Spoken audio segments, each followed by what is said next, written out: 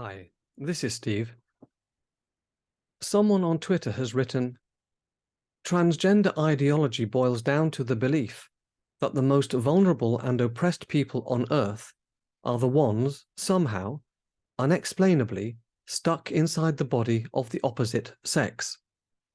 This is Scientology levels of lunacy, but it has captured nearly every major institution in the West. End of quote.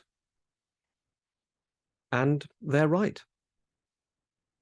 And it's driven by left-wing liberal folk whose main priority in life seems to be encapsulated by the trite mantra, be nice, be kind, to anyone claiming victim status. I recently did an expose of this be nice, be kind mantra in cognitive science terms, and the link is in the description. This method of simultaneously patting themselves on the back while supposedly helping others is at the top of their meaning hierarchy. And for all of us, whatever is at the top of our meaning hierarchy is our God. Sorry, atheists.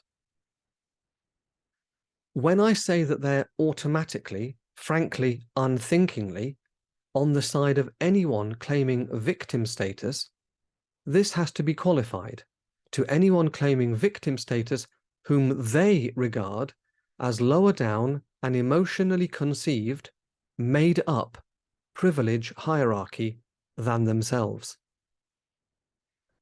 Anyone on social media will note that they're frequently positively nasty and unkind to anyone who disagrees with them that they consider above them in their made-up privilege hierarchy, which demonstrates that it's the ideology, the hierarchy, which is what's really important to these folk, not being truly nice or kind, because if it were, they'd be nice and kind to everyone.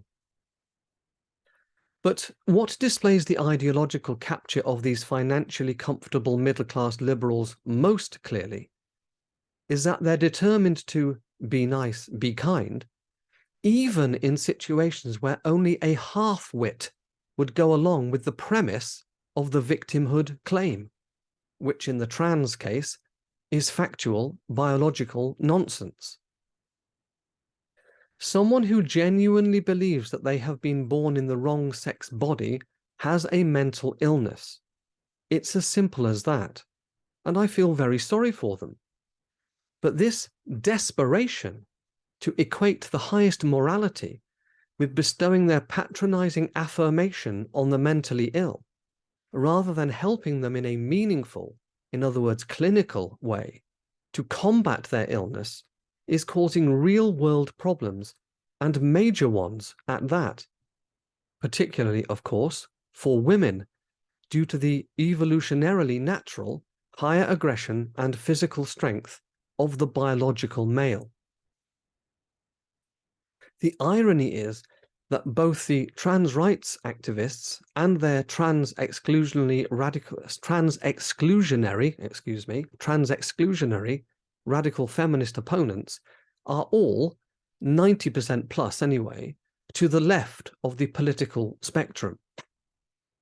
This is a false morality.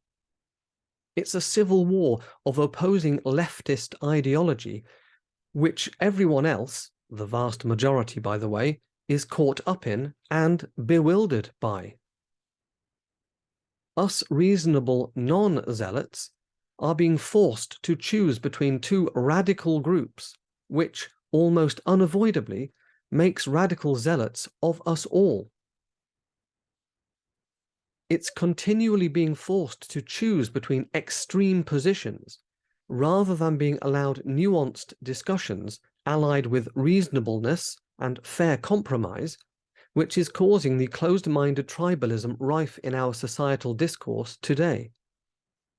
How to stop this insane rush to outright tribal warfare, where the winners become tyrants and the losers slaves, is the question we should be seriously addressing to ourselves too, with a heady but necessary combination of goodwill and urgency.